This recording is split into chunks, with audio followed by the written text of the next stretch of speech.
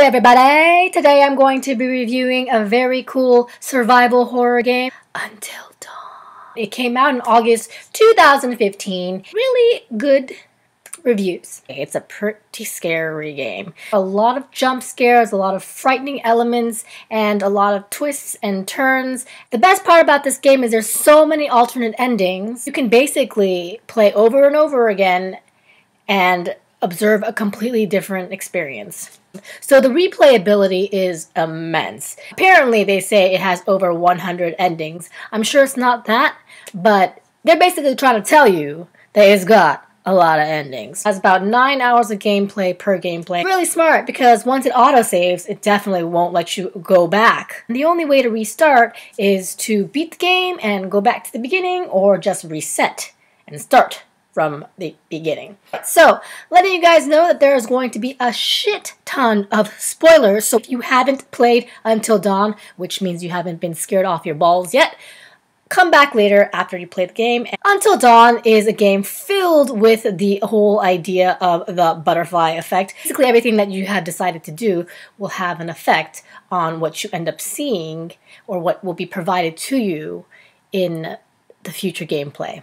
If you pick up a weapon in the beginning of the scene of a game, it might be available to you later, or it might not be. Also means either 8 players survive, or all players are dead. Or 1, 2, 3, 4, 5, 6, 7, 8 people alive.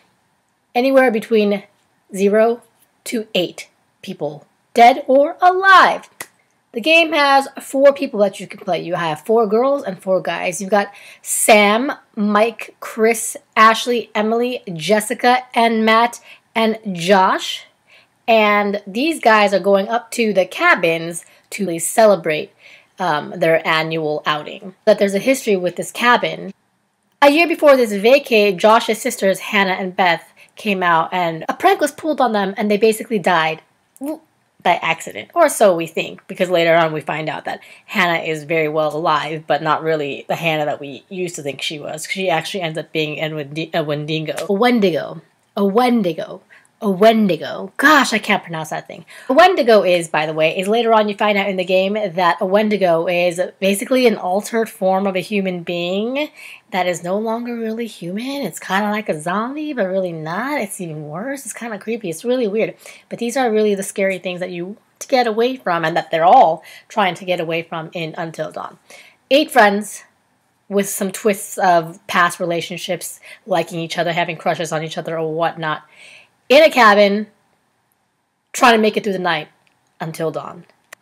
In terms of fear factor, I think this game was super scary. I jumped out of my chair quite a couple times, and there's a lot of times when I had to kind of slowly go through things, but also the choices that you make. Sometimes the time limit, you just gotta choose quick, and the scary part is not just the jump scare, it's not just the gameplay, it's also the fact that you have to make a decision quite quickly.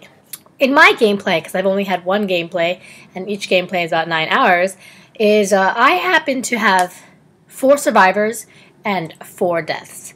Josh died by the hands of his sister Hannah, who was a Wendigo. Wendigo? 4 girls survived. I don't know how. Well, the 4 guys died. I was kind of sad about that, because my favorite character ended up being Mike? Or was it Chris? It's been a while since I played the game. I was hoping that there would be more survivals, and Emily was kind of annoying. Sam was the laid-back chick. I would definitely go back and play this game again for sure, because I feel like I've missed some things, and I didn't really like my ending. There's this house that's filled with staircases and hidden rooms, and then there's an old hospital, and then there's the outdoor that's freezing. There's a lot of elements to this game that really make it scary. There's a lot of blood and gore in the game Until Dawn, so I personally like that stuff, and I like the twists too. There's a scene where Chris and Ashley are hanging out, and then Chris ends up having to choose between saving Ashley or Josh. I wanted to save Josh, and I pressed Josh, but it still went to Josh, and I was pretty pissed. But then you find out that it was a prank the whole time, and you're kind of wondering, who is this person? Who is the one in the group, or who is this mysterious person killing everybody, and then for a while you think it's Josh, but then realize that Josh is just in the loony bin, which, by the way, you end up being him in this kind of therapy / psychiatric place. I would recommend the game. Yes, I would play it again.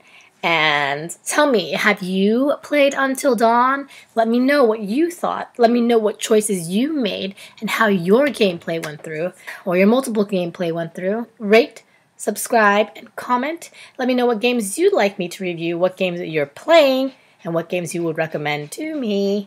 Thanks again for joining me, and I'll catch you next time.